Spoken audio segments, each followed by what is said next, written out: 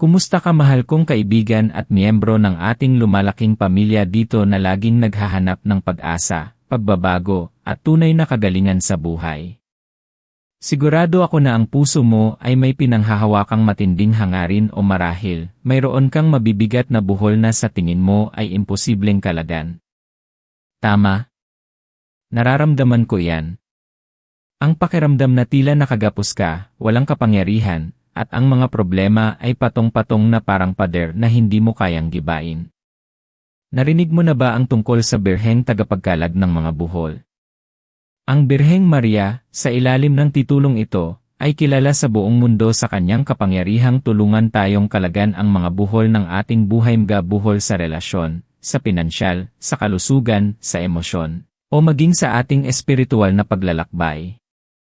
Ngayon, aaminin ko, kapag narinig mo ang salitang himala sa 24 oras, baka may bahagi ng isip mo na nagsasabi, imposible yan. O kaya, sana nga totoo.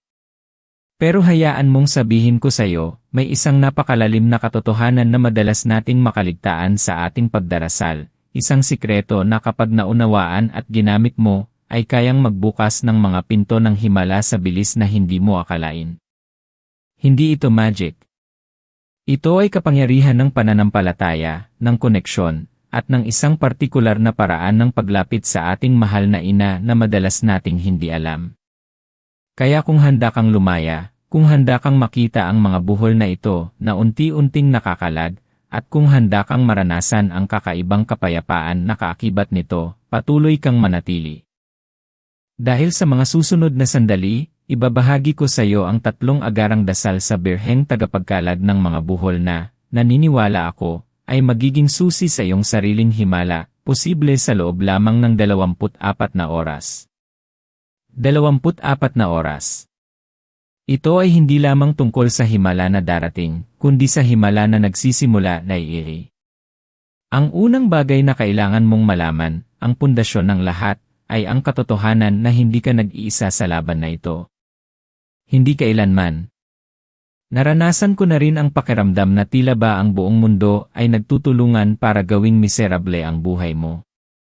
Na tila bawat hakbang mo ay may nakaharang na tinik. Mayroon kang mga buhol na hindi mo na alam kung paano sisimulang kalagan. Baka buhol ito ng mga lumang utang na nagpapahirap sa pagtulog mo gabi-gabi. Baka buhol ito ng isang relasyon na puno ng sakit, pagdududa, at kawalan ng tiwala. O kaya naman, buhol ito sa iyong kalusugan, isang karamdaman na nagpapahina sa iyong espiritu, isang diagnosis na nagpaparamdam sa iyo ng kawalan ng pag-asa. Maaaring ito ay isang pamilya na watak-watak, isang trabaho na walang direksyon, o isang pangarap na tila imposible nang makamit. Ang mga buhol na ito ay sumisikip sa ating puso at isip, nagiging sanhi ng pagkabahala, depresyon, at kawalan ng gana sa buhay. Nararamdaman mo ba ang bigat na yan ngayon? Kung ang mensaheng ito ay para sa iyo, dito tayo magsisimula. Sa pagkilala na ang bawat isa sa atin ay may mga buhol sa ating buhay. Minsan, hindi lang isa. Minsan, isang buong lambat ng mga buhol na tila nagkakabuhol-buhol palalo. Naaalala ko pa noong panahong ako ay nasa gitna ng pinakamalaking buhol ng aking buhay. Ito ay tungkol sa aking karera at pamilya. Nandoon ako sa punto na kailangan kong mamili sa pagitan ng isang oportunidad na magpapabago ng aming buhay pinansyal, at sa oras na kailangan kong ibigay sa aking anak na may pinagdadaanan noon. Hindi ko alam kung paano paghihiwalayin ang dalawa. Kung pipiliin ko ang isa ay magdurusa. Ang aking isip ay tila isang gulong na umiikot ng umiikot, walang humpay, walang sagot. Ang bawat pagdarasal ko noon ay tila isang pakiusap na hangin lang ang nakarinig. Kaya ko kayang intindihin ang nararamdaman mo ngayon, ang pakiramdam na hindi lang ikaw ang nakakaranas ng ganito. Ito ay isang universal na karanasan ng sangkatauhan. At ang pagkilala rito ay ang unang hakbang sa pagkalag ng mga buhol na yan. Ang ating mahal na ina, ang Birheng tagapagkalag ng mga buhol, ay hindi lamang isang estatwa o isang larawan. Siya ay isang buhay na intercessor, isang mapagmahal na ina na handang makinig sa bawat hibik, bawat bulong, bawat buhol na iniaalay natin sa Kanya. Ang Kanyang papel ay upang dalhin ang ating mga pakiusap sa Kanyang anak, si Jesus. At sa paglapit natin sa Kanya, may mga pamamaraan na makakatulong sa atin upang mas maging epektibo ang ating panalangin. Ito ang mga agarang dasal na aking natutunan at natuklasan kong napakalakas, at kaya kong patunayan na nagdudulot ito ng pagbabago, minsan nga ay sa bilis na hindi natin inaasahan.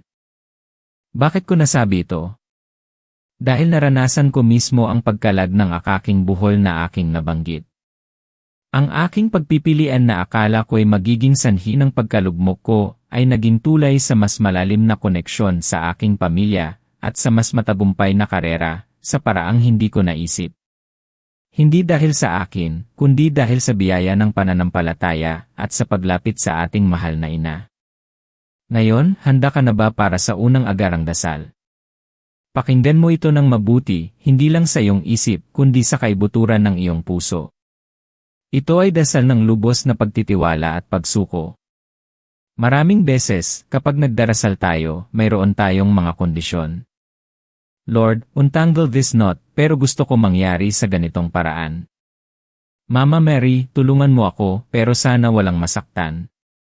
Ito ay natural lamang, dahil gusto nating kontrolin ang sitwasyon. Ngunit ang totoong kapangyarihan ng panalangin ay nagsisimula kapag ikaw ay lubusang sumuko. Kapag sinabi mong, Mama Mary, heto ang buhol na ito, ibinibigay ko ito sa iyo. Wala na akong magawa. Ikaw na ang bahala. Hayaan mong mangyari ang kalooban ng Diyos sa pinakamabuti at pinakamabilis na paraan. Iyan ang lubos na pagtitiwala.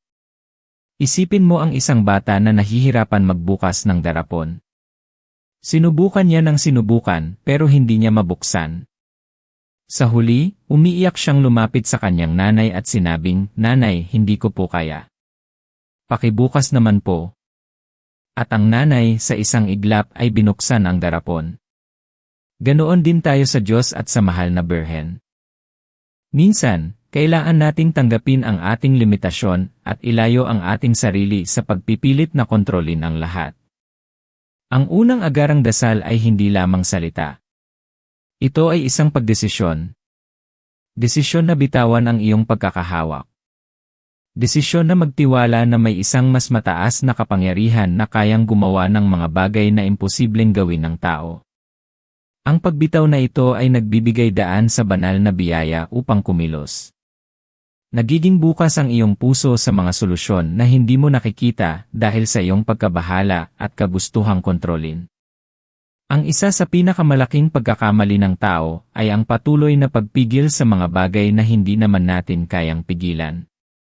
Kapag sumuko ka, hindi ibig sabihin ay sumusuko ka sa laban. Ang ibig sabihin ay sumusuko ay kontrol, at ipinagkakatiwala mo ang laban sa isang mas makapangyarihan. Kaya kung may buhol ka na sa tingin mo ay hindi mo na kayang kalagan, simulan mo ang dasal na ito, Mahal kong Birheng Maria, tagapagkalag ng mga buhol, heto ang buhol ng. Sa aking sariling lakas, wala na akong magawa. Buong puso ko itong ipinagkakaloob sa Eri. Ibigay mo ito sa iyong anak na si Jesus. Hayaan mong mangyari ang kanyang kalooban. Nagtitiwala ako sa iyong kapangyarihan at pagmamahal. Amen. Ulit-ulitin mo ito, hindi lang bilang salita, kundi bilang isang kapasiyahan ng iyong puso. At makikita mo ang pagbabago sa iyong loob, isang kapayapaan na magsisimulang magbukas ng mga daan. At dito tayo pupunta sa susunod na agarang dasal, ngunit bago tayo pumunta doon, nais kong marinig mula sa iyo. Saan ka nanonood ngayon? At mas mahalaga, nagbibigay ba ito ng kahulugan sa iyong puso? Nararamdaman mo ba ang munting pag-asa na sumisibol sa loob mo? Pakisabi sa akin sa mga komento, dahil ang bawat salita mo ay nakakatulong sa akin na maunawaan ang ating pamilya dito at makagawa ng mga nilalaman na mas magdadala ng pagbabago sa iyong buhay. Balik tayo. Ang pangalawang agarang dasal ay dasal ng tiyak at detalyadong panawagan. Minsan, ang ating mga dasal ay masyadong pangkalahatan. Lord, tulungan mo ako sa aking mga problema. Mama Mary, kalagan mo ang aking mga buhol. Bagamat may kapangyarihan ang mga dasal na ito, mas nagiging epektibo at mas nagiging malinaw ang sagot kapag ikaw ay tiyak at detalyado. Isipin mo na ikaw ay nag-order ng pagkain sa isang restaurant. Kung sasabihin mo lang, gusto ko ng pagkain, anong klase ng pagkain ang ihahain sa'yo? Ngunit kung sasabihin mo, gusto ko ng isang mangkok ng mainit na sinigang na baboy, may maraming gulay, at isang extra rice, mas malinaw ang order mo at mas malaki ang posibilidad na makuha mo ang eksaktong gusto mo. Ganoon din sa panalangin. Kaya, para sa dasal ng tiyak at detalyadong panawagan, kailangan mong tukuyin ang buhol. Hindi lang problema sa pera, kundi Mama Mary, ang buhol ko ay ang aking 50,000 na utang sa nakailangan kong bayaran sa. Nahihirapan akong makahanap ng paraan para matustusan ito. Pakiusap, idalangin mo ako sa iyong anak upang buksan ang daan, magpadala ng tamang tao, o magbigay ng ideya kung paano ko ito malulutas. Ilaganap mo ang buhol na ito ng malinaw at sa kapaki-pakinabang na paraan. Ang pagiging tiyak ay hindi lamang para malaman ng Diyos o ni Mama Mary ang problema mo, alam na nila yon. Ang pagiging tiyak ay para sa Eri. Para maging malinaw sa Eri kung ano ang hinihingi mo. Para makita mo ang mga sagot na dumarating. May kilala akong babae na si Aling Nena. Matagal siyang nagdarasal para sa kanyang anak na lalaki na nalulong sa bisyo. Noon, ang dasal niya ay, Mama Mary, tulungan mo po ang anak ko. Pero walang nangyari. Isang araw, narinig niya ang konseptong ito. Nagdasal siya ng detalyado, mahal na birheng tagapagkalag ng mga buhol, ang buhol ko ay ang pagkakalulong ng anak kong si June sa droga. Ibinibigay ko sa iyo ang buhol na ito. Pakiusap, kalagan mo ang bisyo niya. Ipakita mo sa kanya ang daan patungo sa pagbabago. Ipadala mo sa kanya ang tamang tao na tutulong sa kanya para makahanap ng rehabilitation center, at bigyan mo kami ng lakas na suportahan siya sa kanyang paggaling. Ilaganap mo ang buhol na ito sa aming pamilya, at ibalik mo sa kanya ang kanyang sarili at ang kanyang pangarap. Nangyari ang himala. Hindi agad-agad, pero sa loob ng ilang linggo, may kumatok sa kanilang bahay. Isang dating kaibigan ni June na nakapagbago na rin ang nag-aya kay June na sumama sa kanila sa isang support group. At doon nagsimula ang pagbabago ni June. Ang detalyadong panalangin ni Aling Nena ay naging parang laser beam na tumutok sa problema at umakit ng tamang solusyon. Ito ang kapangyarihan ng pagiging tiyak.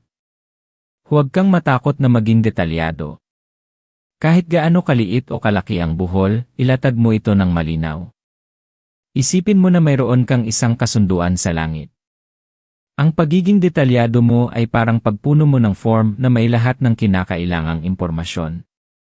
Nagiging mas madali para sa Diyos na kumilos sa paraan na mauunawaan mo, sa paraan na makikita mo ang kanyang tugon. At minsan, ang 24 oras na himala ay nagsisimula hindi sa pagkalag ng buhol mismo, kundi sa pagpapakita ng unang hakbang o unang daan patungo sa solusyon. Ang isang ideya, isang tawag, isang pagkakataon yon ay mga tanda na nagsisimula ng kumilos ang langit dahil sa iyong tiyak na panawagan. Ngayon, narito ang ikatlo at huling agarang dasal, na sa tingin ko ay ang pinakamakapangyarihan sa lahat, ngunit madalas nating makalimutan. Ito ay dasal ng walang katapusang pasasalamat at papuri. Marami sa atin ang nagdarasal lamang kapag may problema. Nagdarasal tayo upang humingi. Ngunit ang totoong pagdarasal ay isang patuloy na dialoge, isang patuloy na relasyon. At ang isang mahalagang bahagi ng anumang relasyon ay ang pagpapakita ng pasasalamat at papuri, hindi lang kapag mayroon ka na, kundi maging bago pa man dumating ang iyong hinihingi. Bakit ito napakalakas? Dahil ang pasasalamat ay nagbabago ng iyong puso at ng iyong vibration. Kapag ikaw ay nagpapasalamat, kahit na hindi pa nakakalag ang buhol, nagpapadala ka ng mensahe sa universo na ikaw ay naniniwala at nagtitiwala. Ipinapakita mo na mayroon ka ng pananampalataya na ang himala ay papalapit na. Naaalala mo ba ang sinabi ni Jesus, anumang hingin niyo sa panalangin, manampalataya kayo na tinanggap na ninyo, at iyon ay ipagkakaloob sa inyo. Marcos 11:24. Ito ang esensya ng pasasalamat bago pa man dumating ang sagot. Ito ay isang deklarasyon ng pananampalataya. Kaya, ang iyong dasal ay dapat maglaman ng pasasalamat para sa buhol na unti-unti nang nakakalag. Maaari mong sabihin, Mahal na Birheng Maria, tagapagkalag ng mga buhol, buong puso akong nagpapasalamat sa iyo dahil alam kong dinidinig mo ang aking dasal. Nagpapasalamat ako dahil aktibo kang kumikilos upang kalagan ang buhol ng sa aking buhay. Nagpapasalamat ako para sa kapayapaan na dumarating sa akin, at para sa solusyon na unti-unti nang nahahayag. Pinupuri ko ang iyong walang hanggang pagmamahal at ang kapangyarihan ng iyong intercession. Salamat, salamat, salamat. Sa ngalan ni Jesus. Amen. Subukan mong gawin ito. Ilang araw, ilagay mo ang iyong kamay sa iyong puso at magpasalamat ka na tila ang iyong buhol ay nakalagan na. Pasalamatan mo ang Diyos at ang Birheng Maria para sa biyaya na padating. Hindi ba't parang kakaiba? Pero ito ang sikreto. Ang pasasalamat ay nagbabago ng iyong pananaw mula sa kakulangan tungo sa kasaganaan, mula sa takot tungo sa pananampalataya. At sa pagbabagong iyon ng iyong pananaw, nagiging bukas ka sa pagtanggap ng mga himala. May kwento ako tungkol kay Mang Tonyo. Siya ay isang magsasaka na dumaranas ng matinding tagtuyot. Halos wala na siyang aanihin. Araw-araw, nagdarasal siya para sa ulan, ngunit walang nangyari. Pagkatapos ay narinig niya ang tungkol sa kapangyarihan ng pasasalamat. Kahit natuyo ang lupa, bumangon siya isang umaga at nagpasalamat sa Diyos at sa mahal na Birhen para sa ulan na darating. Tinipon niya ang kanyang pamilya at sinabi, magpasalamat tayo sa ulan na paparating. Alam kong darating ito. Hindi nagtagal, isang ulap ang unti-unting lumitaw sa kalangitan. At sa loob ng 24 oras, bumuhos ang ulan. Hindi ito isang ordinaryong ulan, ito ay isang masaganang ulan na nagligtas sa kanilang mga pananim. Naging tanda ito kay Mang Tonyo na ang pasasalamat, kahit na sa gitna ng kawalan, ay may kapangyarihang magbukas ng mga pinto ng himala. Kaya, ulitin natin ang 3 agarang dasal na ito. 1. Dasal ng lubos na pagtitiwala at pagsuko, ibigay ng buo ang buhol, bitawan ang kontrol. 2. Dasal ng tiyak at detalyadong panawagan, tukuyin ang buhol ng malinaw at detalyado. 3. Dasal ng walang katapusang pasasalamat at papuri, magpasalamat na tila ang himala ay nangyari na. Ang mga dasal na ito ay hindi magic formula. Ito ay mga gabay upang mas maging malalim at epektibo ang iyong koneksyon sa banal. Hindi mo kailangang maging isang pari o madre para magkaroon ng kapangyarihan sa panalangin. Ang kailangan mo ay isang tapat na puso at isang buong pananampalataya. At kapag ginawa mo ito, magsisimulang gumalaw ang mga bagay sa bilis na hindi mo akalain.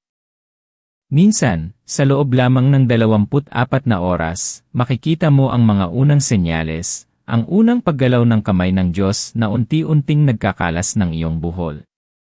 Ngayon, mayroon ka ng 3 agarang dasal. Ngunit mayroon akong isang tanong para sa iyo, paano kung ang mga buhol na ito ay mas malalim kaysa sa iniisip mo? Paano kung ang iyong pinakamalaking buhol ay hindi sa labas mo, kundi sa loob mo mismo? Dito tayo pupunta sa isang mas malalim na aspeto ng pagkalag ng mga buhol. Ang lahat ng ating mga problema sa labas ay madalas na refleksyon ng mga buhol sa ating paniniwala, sa ating pagpapahalaga sa sarili, at sa ating pagkakakilanlan. Kung sa tingin mo ay hindi ka karapat-dapat sa pagpapala, kahit dumating pa ang biyaya, baka hindi mo ito kayang tanggapin. Kung sa tingin mo ay laging may problema, palagi kang makakahanap ng problema. Ang Birheng Maria, tagapagkalag ng mga buhol, ay hindi lang nagkakalas ng mga buhol sa labas natin. Siya rin ang nagkakalas ng mga buhol sa ating puso. Ang mga buhol ng takot, ng pagdududa, ng kawalan ng pagpapahalaga sa sarili. Kaya, habang idinadalangin mo ang iyong mga buhol sa labas, idalangin mo rin ang pagkalag ng mga buhol sa loob mo. Ang buhol ng pagdududa sa iyong sarili, ang buhol ng pagiging hindi karapat-dapat, ang buhol ng kawalan ng pag-asa. Ang Diyos ay lumikha sa iyo na may layunin. Ikaw ay espesyal. Ikaw ay mahalaga. At karapat-dapat ka sa lahat ng biyaya na maibibigay ng langit. Naranasan mo na ba ang pakiramdam na parang ikaw lang ang may problema sa buong mundo? Na parang lahat ng tao ay may mas madaling buhay? Ang pakiramdam na iyon ay isang buhol ng pagkakahiwalay at paghahambing. Pero hayaan mong sabihin ko sa iyo, hindi totoo yan. Lahat tayo ay may mga laban. Ang pagkakaiba lang, mayroong mga taong natutong lumapit sa banal sa paraan na nagbubukas ng mga pinto, sa paraan na nagdudulot ng kapayapaan at pagbabago. At ikaw, dahil narito ka ngayon at nakikinig sa mensaheng ito, ay isa sa kanila. Ito ay tanda na ang iyong espiritu ay naghahanap ng kasagutan, naghahanap ng pagbabago. At ito ay magandang simula. Isipin mo ang iyong buhay, mga pangarap mo, ang kinabukasan na gusto mong maranasan. Kung patuloy kang magpapagapos sa mga buhol, paano mo mararating ang mga pangarap na iyon? Paano mo matutulungan ang iyong pamilya? Paano ka magiging inspirasyon sa iba? Ang bawat buhol na nakakalag ay hindi lang para sa iyo, kundi para rin sa lahat ng taong nakapaligid sa iyo, at sa mga taong iyong mapupukaw ang loob. Ang iyong pagbabago ay magsisilbing ilaw sa iba. Kaya, huwag mong maliitin ang kapangyarihan ng iyong pananampalataya, at ang iyong desisyon na labanan ang mga buhol na ito. At narito ang isa pang mahalagang punto, ang konsepto ng ihimala sa 24 oras, ay hindi laging nangangahulugang ganap na pagkalag ng problema sa loob ng isang araw. Madalas, ang himala sa 24 oras ay ang pagbabago sa iyong puso at pananaw. Ito ay ang paglitaw ng unang tanda, ng unang pahiwatig na kumikilos na ang banal. Ito ay ang pagkaramdam mo ng kapayapaan sa gitna ng kaguluhan. Ito ay ang pagtanggap mo ng isang ideya, isang tawag, o isang pagkakataon na magsisilbing tulay patungo sa solusyon. Hindi mo dapat limitahan ang kapangyarihan ng Diyos at ng mahal na ina sa iyong sariling pangunawa sa oras. Minsan, ang pinakamalaking himala ay ang pagbabago sa iyong sarili, na magbibigay daan sa iyo upang harapin at kalagan ang mga buhol sa pinakamabuting paraan. Kaya magsimula ka ngayon.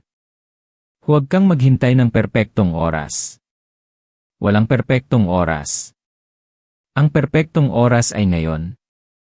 Simulan mo ang pagdarasal na may lubos na pagtitiwala, tiyak na panawagan, at walang katapusang pasasalamat. Gawin mo itong bahagi ng iyong pang-araw-araw na buhay. Kung maaari, hanapin mo ang isang larawan o rebulto ng birheng tagapagkalag ng mga buhol at ilagay mo ito sa isang lugar na madalas mong makita. Ito ay magsisilbing paalala ng kanyang presensya at ng kanyang pagmamahal. Ito ay isang physical anchor na magpapaalala sa iyo ng iyong pananampalataya. Hayaan mong sabihin ko sa iyo, ang iyong potensyal ay mas malaki kaysa sa anumang buhol na bumibigkis sa iyo. Ikaw ay nilikha para sa isang pambihirang layunin at ang iyong kwento ay hindi nagtatapos dito. Ang pinakamaganda sa iyo ay darating pa. At ang Diyos ay may mga plano para sa iyo, mga planong magbibigay sa iyo ng pag-asa at kinabukasan. Jeremias 20:11 ay nagsasabing, sapagkat alam ko ang mga plano ko para sa inyo, sabi ni Yahweh, mga planong para sa inyong ikagagaling at hindi ikasasama, upang bigyan kayo ng kinabukasan at pag-asa. Narinig mo ba yon? Isang kinabukasan at pag-asa. Hindi ka nag-iisa. Hindi ka kailanman nag-iisa. Kaya, mahal kong kaibigan, narito ka na. Mayroon ka ng mga susi. Mayroon ka ng pag-unawa. Ang huling hakbang ay ang kumilos. Simulan mo ang paglalakbay na ito. Huwag mong hayaang ang pagdududa ang maging dahilan para manatili ka sa loob ng mga buhol na bumibigkis sa iyo. Ngayon na ang oras para lumaya. Ngayon na ang oras para harapin ang iyong mga problema ng may pananampalataya. At ngayon na ang oras para hayaang ang mahal na Birheng Maria, tagapagkalag ng mga buhol, ang gumawa ng kanyang kamangha-manghang trabaho sa iyong buhay. Ngayon, bago natin tapusin, nais kong magkaroon tayo ng isang napakalakas na panalangin, isang panalangin na isasama ang lahat ng ating pinag-usapan ngayon. Ilagay mo ang iyong kamay sa iyong puso, isara mo ang iyong mga mata kung komportable ka, at hayaan mong ang mga salitang ito ay pumasok sa kaibuturan ng iyong kaluluwa. Sa ngalan ng Ama, ng Anak, at ng Espiritu Santo. Amen. O mahal na Birheng Maria, tagapagkalag ng mga buhol, kami ay lumalapit sa iyo ngayon na may pusong puno ng pag-asa at pananampalataya. Ikaw ang aming ina, ang aming tagapamagitan, ang aming santuwaryo sa gitna ng mga pagsubok. Sa iyo namin iniaalay ang lahat ng buhol na bumibigkis sa aming buhay, mga buhol na sa tingin namin ay imposible ng kalagan. Lubos naming ipinagkakatiwala at isinusuko sa iyo ang buhol ng amin. Ina, wala na kaming magawa sa aming sariling lakas. Ikaw na po ang bahala. Ibigay mo po ito sa iyong anak na si Jesus, at hayaan niyang mangyari ang kanyang kalooban sa pinakamabuti at pinakamabilis na paraan. Nagtitiwala kami sa iyong kapangyarihan at pagmamahal. Nagpapasalamat kami, o mahal na ina, dahil alam naming dinidinig mo ang aming mga dasal. Nagpapasalamat kami dahil aktibo kang kumikilos upang kalagan ang buhol ng amin. Pinupuri namin ang iyong walang hanggang kabutihan at ang kapangyarihan ng iyong intercession. Ipinagkakatiwala at isinusuko rin namin sa iyo ang buhol ng amin. Ina, ang mga buhol na ito sa aming puso ay nagpapahina sa aming espiritu. Tulungan mo po kaming kalagan ang mga ito upang kami ay maging bukas sa iyong mga biyaya. Nagtitiwala kami sa iyong gabay. Nagpapasalamat kami, o mahal na ina, dahil alam naming dinidinig mo ang aming mga dasal. Nagpapasalamat kami dahil aktibo kang kumikilos upang kalagan ang buhol ng amin. Pinupuri namin ang iyong walang hanggang pagmamahal at ang kapangyarihan ng iyong intercession. At ngayong ipinagkakatiwala na namin sa iyo ang aming mga buhol, nagpapasalamat kami, mahal na ina, para sa lahat ng himala na iyong ibibigay sa loob ng 24 oras. Hindi man ito laging ang ganap na solusyon, nagpapasalamat kami sa mga unang tanda, sa kapayapaan na aming mararamdaman, sa mga bagong ideya, sa mga tamang taong ipadadala mo, at sa pagbabago ng aming puso at pananaw. Dahil alam naming sa bawat maliit na pagkalag, nagsisimula ang isang malaking himala. Tulungan mo po kaming manatili sa pananampalataya, sa tiyak na panawagan, at sa walang hanggang pasasalamat. Ingatan mo po kami sa lahat ng masama at gabayan mo kami sa tamang landas patungo sa iyong anak. Naway ang iyong intercession ang maging tulay namin sa pagtanggap ng mga biyayang inihanda ng Diyos para sa amin. Salamat, salamat, salamat, o mahal na Birheng Maria, tagapagkalag ng mga buhol. Sa ngalan ni Jesus. Amen. Sa ngalan ng Ama, ng Anak, at ng Espiritu Santo. Amen. Mahal kong kaibigan, narito ka na ngayon, armado ng kapangyarihan ng pananampalataya, at ng mga dasal na kayang magbukas ng mga pinto. Huwag mong kalimutan na ikaw ay nilikha na may layunin at ang iyong buhay ay may halaga. Ang iyong mga buhol ay hindi ang katapusan ng iyong kwento, kundi simula lamang ng isang bagong kabanata ng pagbabago at himala. Kaya't yakapin mo ang paglalakbay na ito ng may tapang at pag-asa.